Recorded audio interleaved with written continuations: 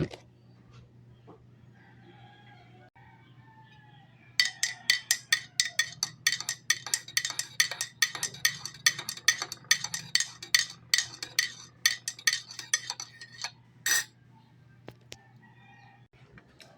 morning mga Karaypaps. Kape tayo.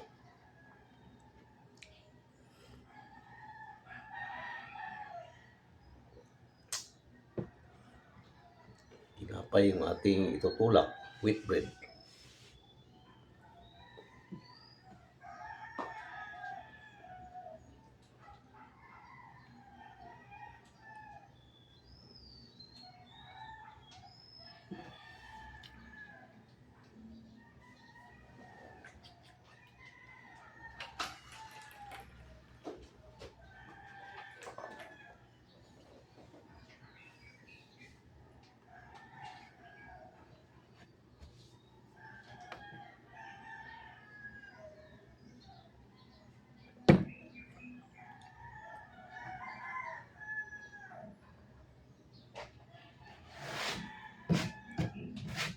Today is Monday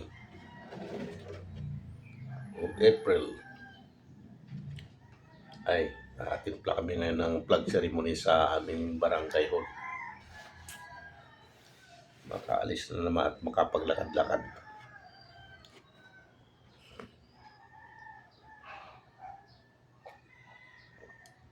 Mamaya na siguro pagkatapos ko inom ng kape.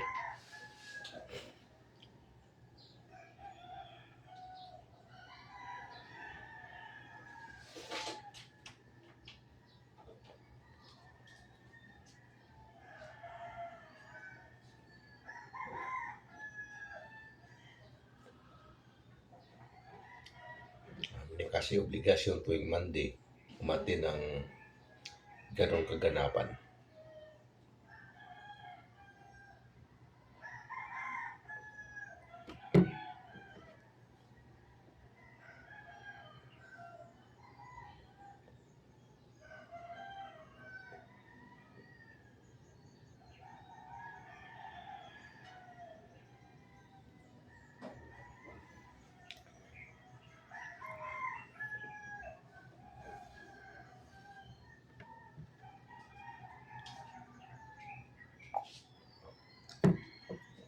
Mainam at makapaglakad-lakad naman.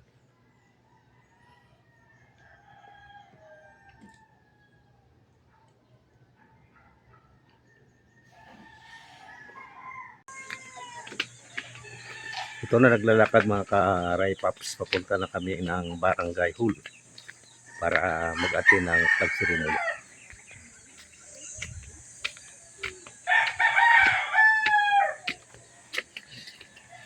Maganda ito at hindi pa gaano mainit. Kaya maganda maglakad para ma-exercise naman ang ating mga tuhod.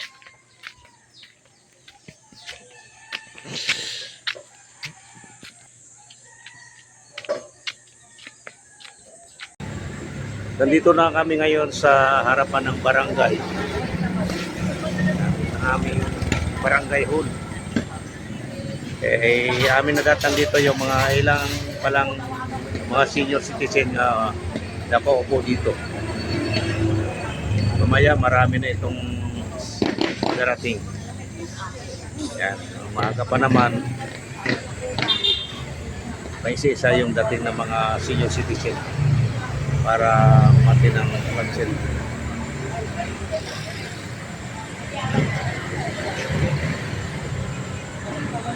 Kabila ito na highway.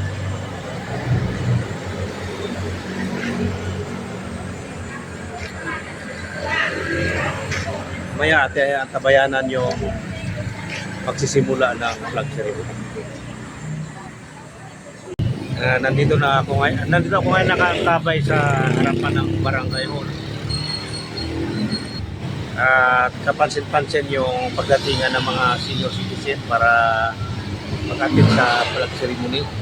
Yan, marami na kami dito. Dahil malapit ng oras sa pagsisimula. Kaya handa na ang lahat sa pag-akit ng flag ceremony. Nandito lang ako ngayon sa harapan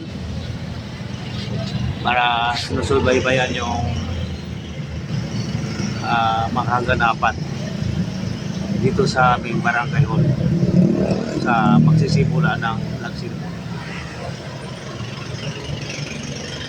Napansin-pansin yung mga sasakyan na dumadaan dahil sa tapat lang ng highway ito eh.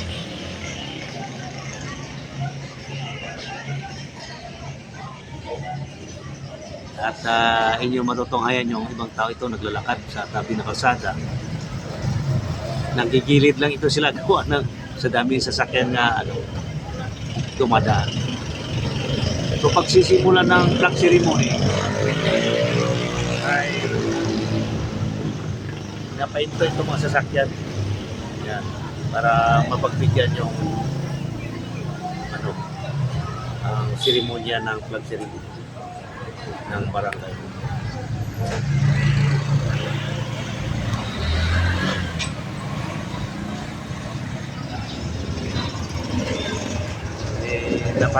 Napansin nyo itong mga barangay na ito ay paiwatig lang ito malapit na yung kapistahan ng barangay na ito. Kaya maaga pa yung paglagay ng banderitas. Next month o 1 ng May ng kapistahan.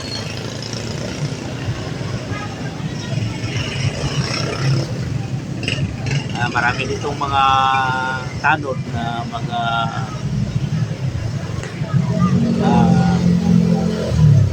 kahit sa flag ceremony, lalo na sa pagpatigil ng mga sasakyan mamaya pag umpisa na ng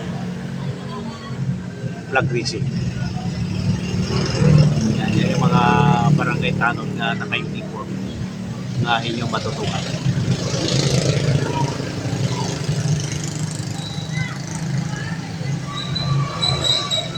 Sige. Hintayin natin yung simula ng flag ceremony mamaya. Mga ilang minuto na siguro ang natitira. Mamaya magsisimula na itong flag ceremony. Atin muna ang kabayanan ang ng oras na yun ng flag raising. Ang pag-awit ng ating pambansang awit. Kaya lahat po magsisimula na ngayon yung flag ceremony. Ng sombrero. At ilagay po natin ang ating kanang kamay sa kaliwang dibdib at sabay-sabay po nating awitin. Magsisimula na yung ating ito po ay ikukumpas ni Ate Cora Cubades. Ito sa ating barangay.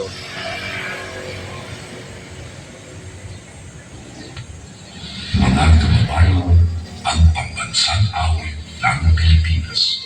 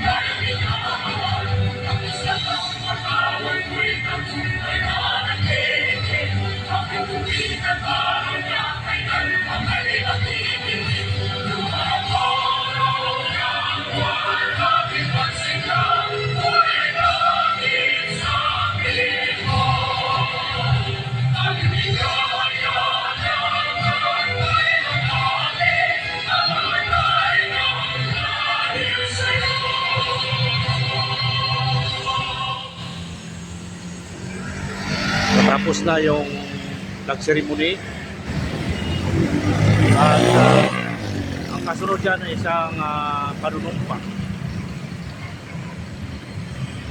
ng isang kawani ng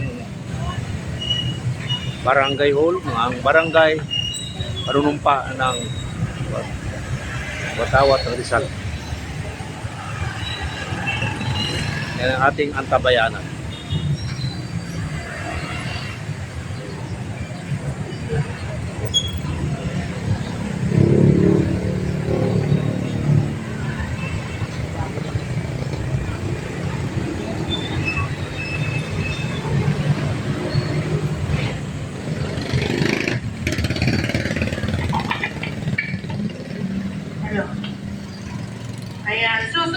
naman po yung pagbigkas ng ating panatang yes na gagampanan ni Ate Tireva Tan. Ako kayo, lista po pangalan po. Itaas po natin ang ating kanang kamay. Panatang yes na Rizaleño. Ako, bilang isang Rizaleño na nagmamahal sa kalikasan, Ano ay natang ng nangangako Rizaleño? gagawin ang lahat upang Ang kanila pangalagaan ang ating kapaligiran. At Tutulungan at nakalumpat. pananalig ako sa programang Yes ng Pamahalaang Panlalawigan na gagawing malinis ng tiyan ng kapaligiran. Itatapon ko ang mga basura sa tamang lugar at pahalagahan ko ang BOM na pamamaraan upang muling magamit at pakinabangan ang mga bagay na dati at tinatapon lamang. Ako ay magtatanim ng mga puno upang mapayabong ang kagubatan na maiwasan ang pagbaha at pagsira ng mga ari-arian. Tutulong ako upang manatiling malinis at buhayin mga daluyan ng tubig para sa masaganang buhay at maunlad na pamayanan. Bilang tagapangalaga, ituturing ko ang bawat araw na isang pagkakataon para isulong at suportahan ang YES program. Dahil ako ay isang Rizaleño na may malasakit at pagmamahal sa inang kalikasan. Balik po natin si Ate Cora para sa pagkumpas ng palabarson. At panibagong talumpati naman ng isang kawani ng barangay.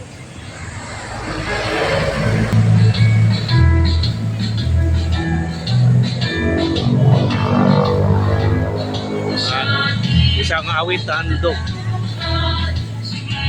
para sa lalawigan ng Rizal.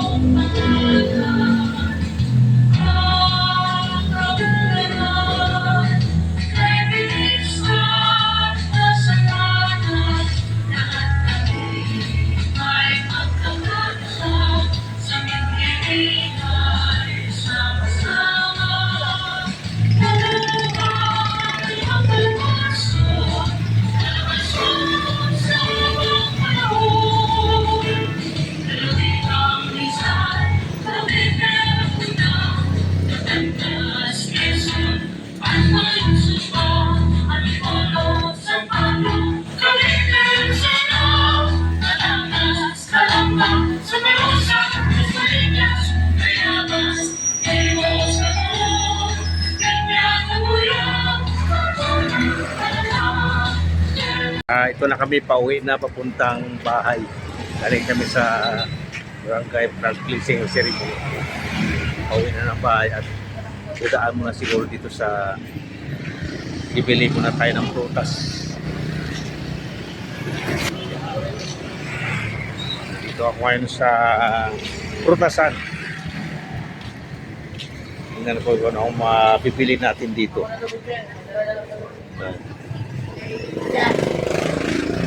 Meron itong mangga, milon.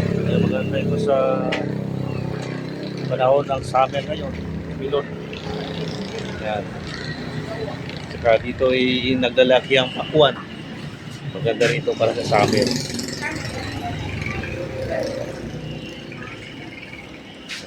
Saging din.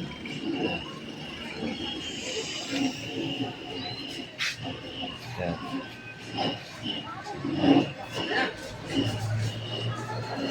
Hindi ko alam kung anong bibili ko ito, pag-isipan ko muna.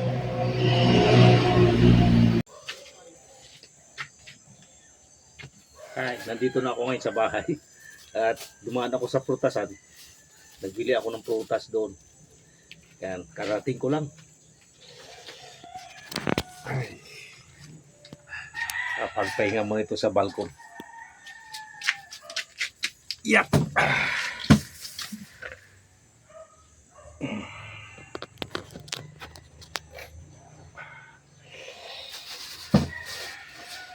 Ito pala yung nabili kong prutas, oh. Yan. Mansanas. Mayroon din akong orange na nabili. At saka piras. Yan.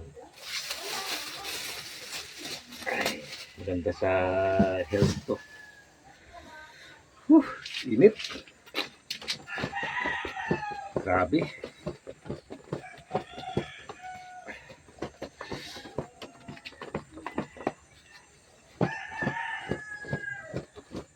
Mainit kasi bago nakabalik na eh.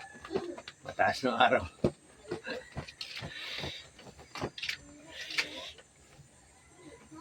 Ay, napasok na ng bahay. Kain tayo mga Karay Paps. So, itong ulam natin ngayon, oh. Sarap. Sinigang na pork at mais yung halo. Saka konting kanin. Ayun.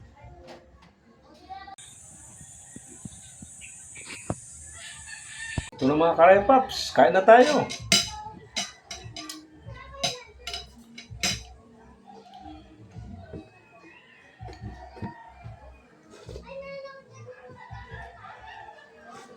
Bago cookies siya. Unahin mo natin ang mais. Yun. Murang mais ito. Kaya tamang-tama nga pinalo namin sa gulay.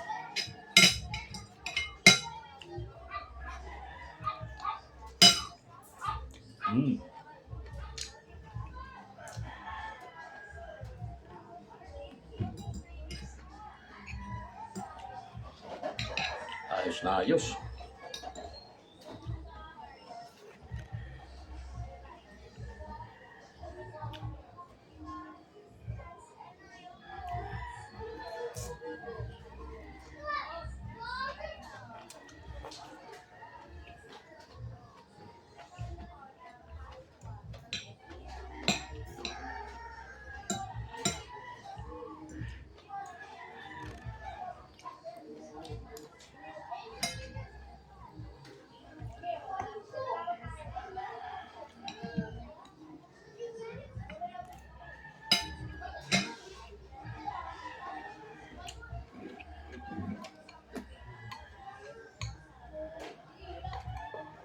Sinigang, matakaw ko sa sabaw mga Karay Paps.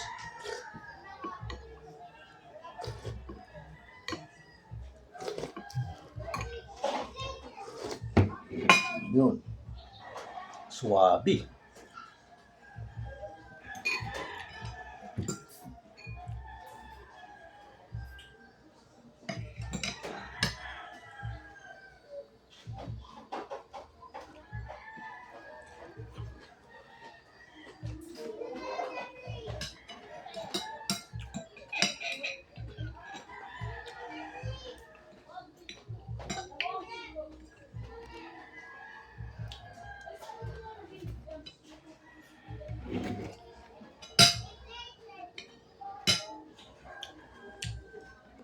Napadagdag ako ng kanin. Sarap kasi ng sinigang eh.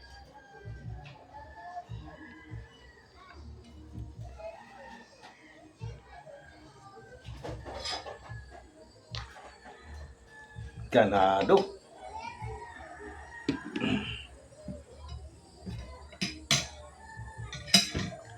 Mais muna.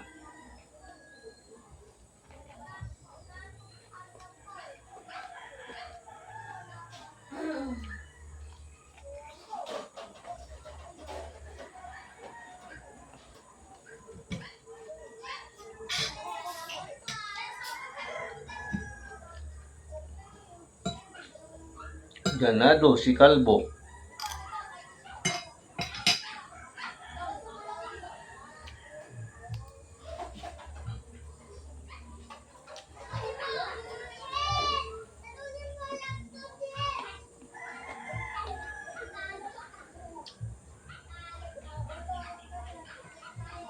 Nainom ngayon talaga mga Karay Paps, sa tinding init ngayon. Tapos ang sabaw mo ng sinigang mainit din kagaya nito. May mais pang halo. Ay papawisan ka talaga ng gusto eh. Lumabas mo pawis. Ang ganda ng pakiramdam. Mainit ang sabaw, mainit pa, maliwalas pa, mainit pa yung panahon.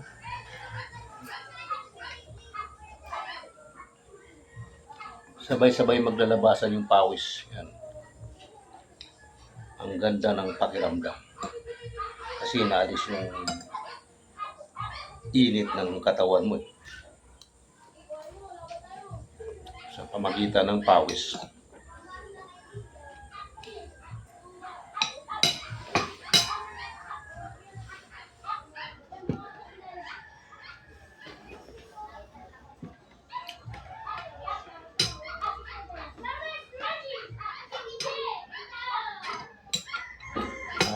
Wash out siya.